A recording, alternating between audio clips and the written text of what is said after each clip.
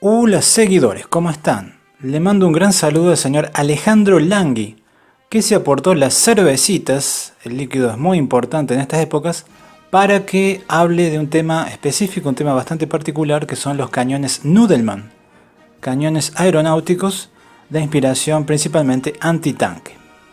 Bien, este señor Alexander Nudelman nace en Odessa en 1912, se recibe de la Escuela Técnica en 1929 y en 1934 se recibe de ingeniero mecánico. De allí pasa a colaborar con la oficina de diseño 16 que está situada en Moscú. Los jefes de esa oficina de diseño eran unos señores llamados Taubin y Barubin. A ver, acá cuando decimos oficina de diseños a nombre de o encabezada por, hay que tener en cuenta una cosa. Esas oficinas de diseños no son fábricas. Estamos hablando de un estado socialista, un estado comunista en el cual todos los medios de producción, y todos los medios de servicio también, pero principalmente todos los medios de producción, están en manos del Estado. Por lo tanto, ni Nudelman tuvo, ni Taubin, ni Barubin, ni ningún otro, tenían fábricas a su nombre o de su propiedad. O sea, propiedad privada no existe. Hecha esa aclaración, sigamos adelante. Por esa época, finales de los 30, hay un montón de diseños de la oficina 16 y de muchos otros que se centran principalmente en dos ítems. Un arma antiaérea de entre 23 a 37 milímetros de tiro rápido, cadencias superiores a los 200 tiros por minuto, tampoco es una locura. Y luego cañones pesados, es decir, superiores a 20 milímetros para aviones de ametrallamiento. Tengamos en cuenta que la Unión Soviética está combatiendo a través de asesores, a través de proxy, podríamos decir, en la guerra de España, la guerra civil española por esa fecha, 1936-1939, y hay unas lecciones muy importantes del tema de apoyo cercano con la aviación. Lo que pasa es que los aviones que utiliza para la guerra de España son realmente aviones muy livianos, que no están blindados, como el Polikarpov RZ, Polikarpov I-16, etcétera, etcétera, que sirven para ametrallamiento, pero son igualmente muy vulnerables a la antiaérea. Entonces lo que planeaban los soviéticos es hacer un avión blindado que transportara cañones de 23 y 37 para destruir camiones, vehículos, o sea, básicamente vehículos no blindados, y también aniquilar vehículos blindados. La oficina de diseños 16 tenía diversos proyectos, incluyendo un lanzagranadas automático de 40 milímetros, un arma de aviación de 23 milímetros, el MP-23, y otro de 37 milímetros, el Barubin BMA-37. Fotos de algunos de esos diseños lo están viendo en estos momentos. Lo cierto es que para mediados de 1941, luego de 3 o 4 años de desarrollo, ninguno de esos tres proyectos está funcionando de manera correcta. Principalmente los problemas venían de la alimentación, que era una cadena de peines consecutivos, algo similar a la ametralladora Rebelli de la Primera Guerra Mundial, que eso daba permanentes problemas, los cañones no funcionan, se traban a pesar que se los modifica, se lubrica la munición, bueno, no se pueden solucionar esos ítems. Por lo tanto, desde la cabeza máxima de la Unión Soviética, eso vendría a ser un señor georgiano de bigote grueso, digamos, más conocido como Stalin, que ordena el arresto y a los meses la posterior ejecución. Son fusilados tanto Taubin y Barubin por el fallo, supuestamente esa es la razón que se dio públicamente, el fallo en lograr de manera efectiva esos diseños. Supuestamente se los condenó de sabotaje a la Unión Soviética, etcétera, etcétera. Bueno, lo cierto es que Nudelman queda, junto con otros, a la cabeza de la oficina de diseño 16. Y supongo que si fusilan a tu jefe y te dejan a vos, eso es un gran aliciente, ¿no?, para hacer las cosas bien. Por lo tanto, se pone a diseñar con énfasis en el cañón de 37 milímetros para aviación. Ya existía por esa fecha un diseño que era el Ilyushin IL-2, que se iba a convertir en el principal avión de ametrallamiento de apoyo cercano y eventualmente antitanque, aunque el primer digamos, énfasis es el ametrallamiento, no tanto el ataque antitanque. Para que se convierta en un sistema antitanque efectivo se necesita un arma que va por debajo del ala, de gran calibre, buena pegada y alta velocidad inicial.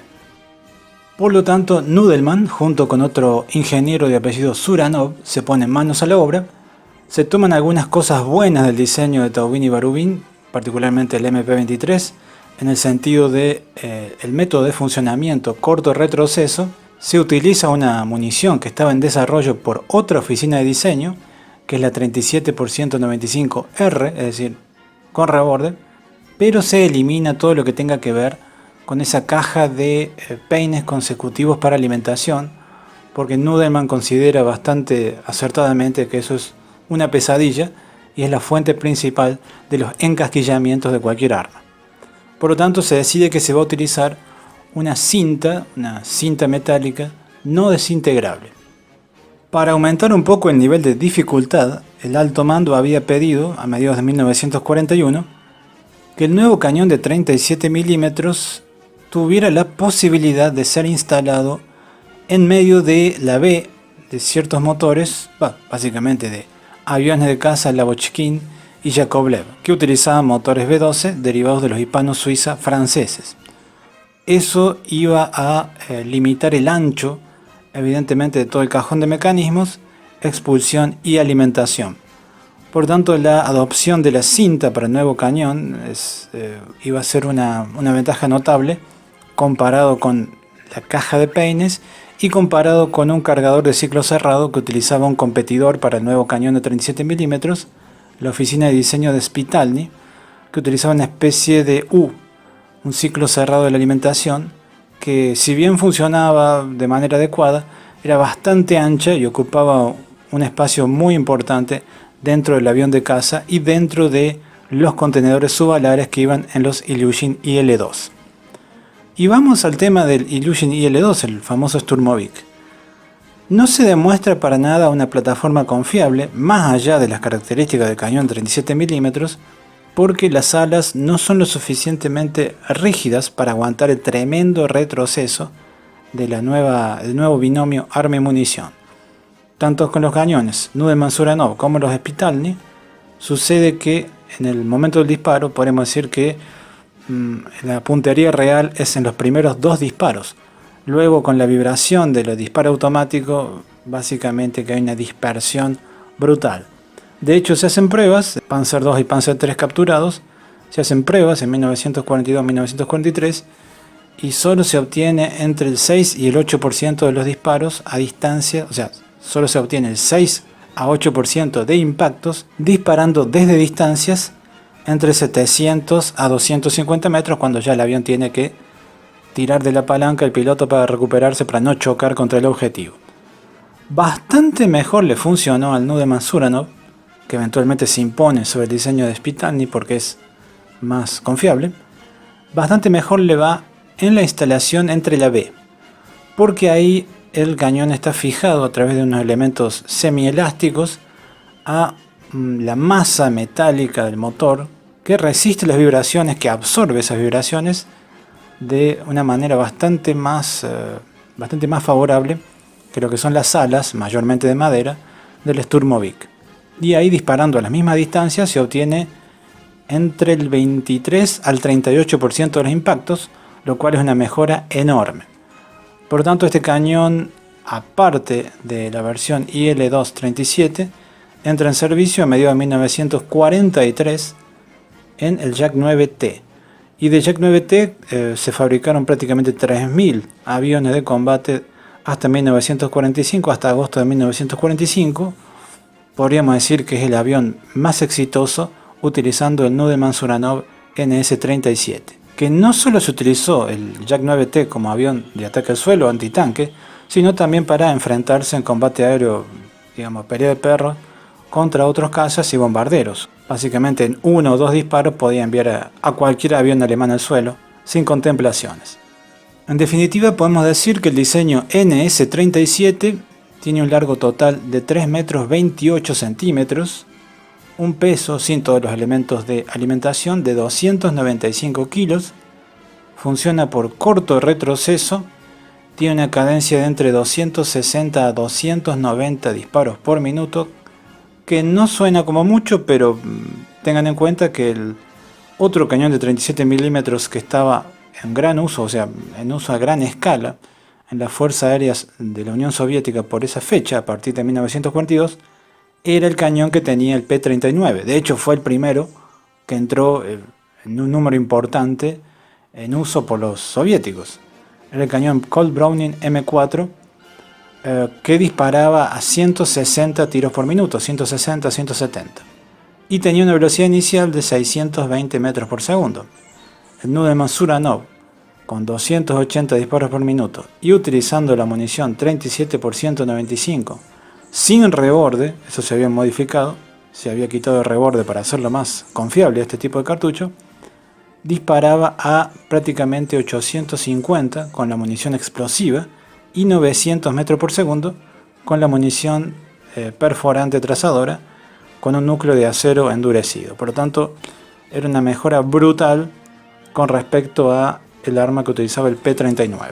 Esa munición perforante, según algunos tests, podía penetrar entre 45 y 48 milímetros de acero de blindaje alemán a distancias de 450 metros, con el aparato disparando en una picada suave en velocidades superiores a 380 km por hora. Eso me permitía destruir cualquier blindado alemán, Panzer II, Panzer III, Panzer IV e incluso desde algunos ángulos el Panzer V Panther, disparándoles en el lateral o en la parte trasera. Hay algunas fuentes que dicen que el cerrojo rotativo que trabaja en conjunto con este corto retroceso del NS-37 es una copia de los Mauser MG-151 de los Me-109, o mejor dicho, entre varios aparatos alemanes lo utilizaban los Me-109.